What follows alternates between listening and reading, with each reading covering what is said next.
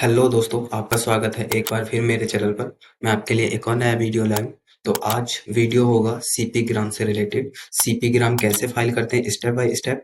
मैं आज सिर्फ एग्जांपल लूंगा इनकम टैक्स डिपार्टमेंट से रिलेटेड। जैसे मेरे एक केस में रिफंड नहीं मिला है, रिटर्न प्रोसेस हो गई थी 2018-19 में। उसके बाद रिफंड अभी भी क्रेडिट नहीं हुआ है बैंक अकाउंट में। तो उसके लिए मैं आज सीपी ग्राम फाइल करूंगा। जनरली आपको पता ही होगा सीपी ग्राम क्या होता है, किसने फाइल करते हैं। सिर्फ दो 1 मिनट का मैं वक्त लूंगा एक्सप्लेन करने के लिए। सो जनरली सीपी ग्राम एक गवर्नमेंट द्वारा इंट्रोड्यूस किया था, ताकि जो गवर्नमेंट ऑफिसर या कोई भी गवर्नमेंट डिपार्टमेंट या पीएसयू ये अगर डिले करते हैं किसी भी वर्क को, या वो काम नहीं करते हैं, तो आप या कोई भी घूस लेता है, कुछ भी करता है, तो आप सीपी ग्राम के थ्रू आप कंप्लेंट या ग्रीवेंस रेज कर सकते हो, जिसके थ्रू अगर सपोज कीजिए डिपार्टमेंट ने आपने एप्लीकेशन फाइल की, वो रिजेक्ट कर दी विदाउट रीजंस, या पैन पैन कार्ड के लिए एप्लीकेशन दी हुई है, काफी वक्त हो गया है, वो अभी तक इश्यू नहीं की है, तो आप सीपी ग्राम के थ्रू ग्रीवेंस डाल सकते हो। जैसे अभी मेरे केस में रिफंड नहीं आया है और डिपार्टमेंट के साथ हम मिले हैं लेकिन कोई रिजोल्यूशन नहीं मिला है, तो उसके फिर हम अब सीपी ग्राम डालेंगे।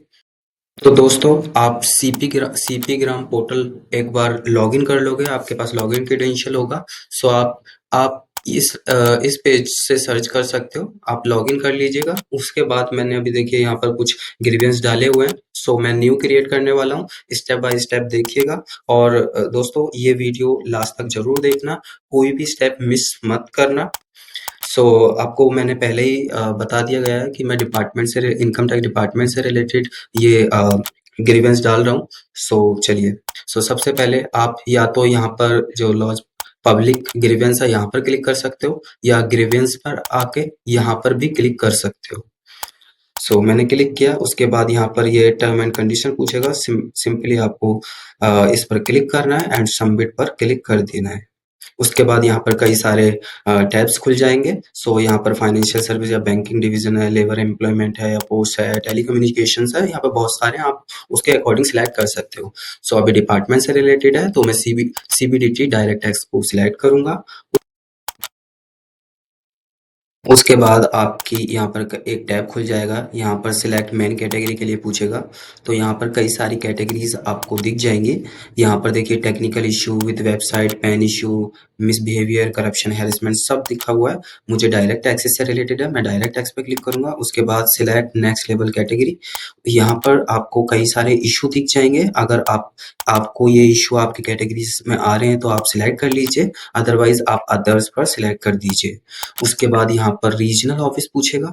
रीजनल ऑफिस में आप अपना रीजनल ऑफिस सिलेक्ट कर लीजिएगा। जैसे अभी मेरा रिफंड से रिलेटेड है तो वो डीजीआईटी सिस्टम से रिलेटेड होता है, तो मैं सिंपली डीजीआईटी सिस्टम सिलेक्ट करूंगा। उसके बाद ये अभी न्यू फंक्शनैलिटी आई है इसमें, पैन नंबर ऐड करने के लिए, असेसमेंट ईयर ऐड करने के लिए, और चार्ज ऑफिस सेलेक्ट करने के लिए। सो यहाँ पर वन बाय वन आप पैन नंबर डाल दीजिए अगर आपके पास अवेलेबल है, असेसमेंट ईयर डाल दीजिए। तो दोस्तों, यहाँ पर मैंने पैन नंबर, असेसमेंट ईयर डाल दिया है। थोड़ा स्क्रॉल करोगे, उसके बाद यहाँ पर आप पूरी डिटेल्स एक्सप्लेन कर दोगे, जो भी आपके रिलेटेड इशू है। सो यहाँ पर जो भी इशू है आप एक बार उसको क्रिएट कर लीजिए या बना लीजिए।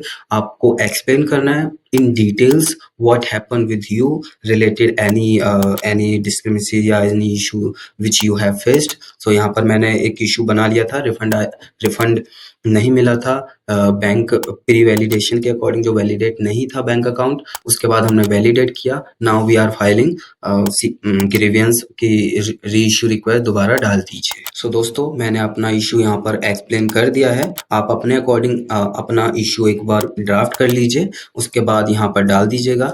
उसके बाद आपके पास अगर कोई भी सपोर्टिंग डॉक्यूमेंट्स है वो लगा दीजिएगा। जैसे मेरे केस में बैंक स्टेटमेंट लगा रहा हूँ, और वैलिडेट हो चुका है पोर्टल पर उसका प्रूफ लगा रहा हूँ। कई सारे आप जो भी आपके पास प्रूफ हो वो अटैच कर दीजिएगा।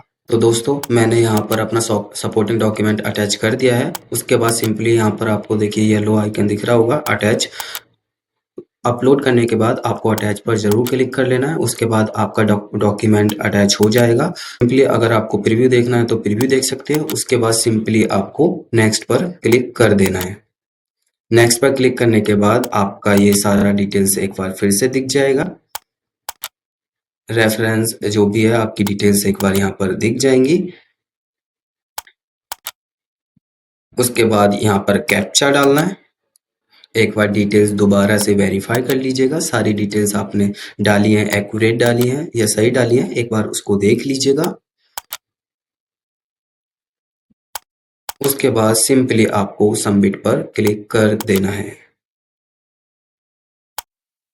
आई होप आपको वीडियो पसंद आया होगा और आई होप आपको जो प्रोसेस मैंने समझाया है वो समझ में आ गया होगा। आपने भी कोई भी ग्रीवेंस फाइल करना है तो आप इसके थ्रू फाइल कर सकते हो। So thank you for watching my video. अगर आपको ये वीडियो पसंद आया हो so please like and subscribe my channel.